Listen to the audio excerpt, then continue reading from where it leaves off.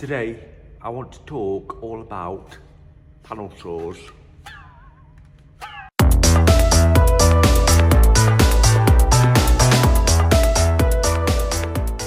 It's a panel saw. It's a must for every toolbox, for your DIYs or joiners, or pretty much anybody really. This is a Stanley one. A few things to remember when you buy a panel saw is its TPI, which is teeth per inch. As you can see, this one is quite a fine one. So you'd use a fine saw for sort of sheet materials, plywood, things like that. Or if you're cutting like laminates and things, you'd use a fine blade. If you use a coarse blade, you'll find it'll chip and rip it.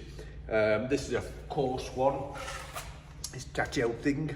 It's a Spear & Jackson, but as you can see, look at that blade and look at that blade. You can see this one is a lot coarser. You'd use a coarse blade for something like cross-cutting timber and things like that. Things where it doesn't really matter about it being coarse. So a few things to point out on a panel saw. Here on the handle, you've got a couple of angles there. You've got a 90 and a 45. So you can butt that up to timber, and it's ideal. Some saws don't have a straight back, but this one has. So you can use it as a nice straight edge, so you can just butt it up like that to do a 90, or you can butt it up like that and you can do a 45. It's not dead accurate, but it's okay if you want to do you know, sort of decking and things like that, where it's got to be roughly right, but it's not got to be perfect because it's sort of in the garden and things. But I wouldn't use it for sort of pitch framing or anything like that, or cornice or anything. It's just not probably not accurate enough for that. When you're holding a saw, you'll see here, see this section here, that's not just there to be fancy. When you're holding the saw, it's actually there to put your finger there to give you a bit more support when you're sawing.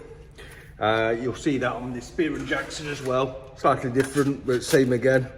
You've got this blue area where you can put your finger when you're sawing. You'll find it'll give you a lot more support if you do that. When you're using a saw, if you feel the side there, as you run your fingers gently down the side of the teeth, you can feel there's the teeth stick out slightly from the saw back. That's called the set of the saw. What that's for is so that when you saw, the teeth actually give your saw cut clearance for this part of the back of the saw. So as you're sawing, you should find it doesn't grip. If your saw is gripping when you're sawing, then you need to stop and think about why is that happening. Have you got some sort of glue or adhesive on the saw here that's grabbing, or you know, is the saw warped? Sometimes you'll get, especially the cheaper saws, they'll warp like that, and then you'll find they'll start gripping. If you do grip, then there's something wrong. You can put sort of lubricants on the back of the blade, things like silicone spray and stuff like that, which will make it a lot easier for you.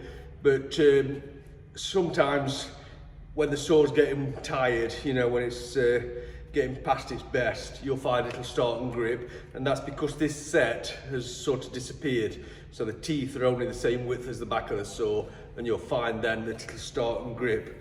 So I do think personally, myself, tool companies should bring a saw out again. Like when I first started back in the 80s, a saw like this, you would use it, and when it were ready, you'd either sharpen it yourself or you'd take it to a sharpening place to have it sharpened.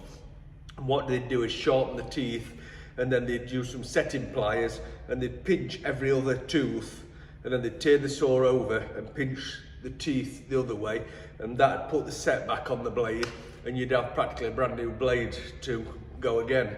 But now these disposable saws, I don't think it's good for environment. You've got plastic handles on them, the metal, I don't know if they recycle them or not. I don't think they do. I just think they basically go into scrap. So if there's any saw manufacturers out there watching, let's get back to having some, you know, saws we can have sharpened again, and you know, use them, look after the environment, and let's stop and get rid of these disposable sort of tools. I just think it'd be a lot better if you could keep a saw, you know, nearly all your career or whatever, and just keep having it sharpened like we used to back in the day. That's about all I can say really about a panel saw, but it is a must to have in a toolbox. As I say, myself, Stanley is it's decent quality. It's French now, it's not British, so but it's decent quality. It's probably run of the mill.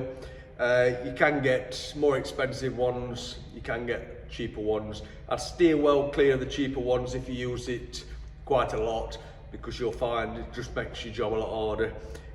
Stanley's probably middle of the road, decent quality, no bad price at all. Like, so that's panel saws for you.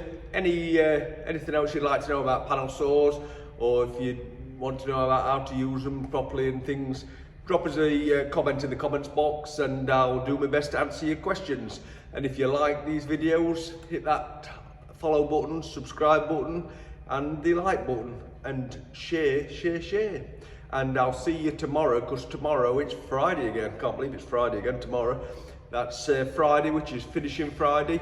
And tomorrow we're going to have a look at applying wax polishers. So I'll see you tomorrow.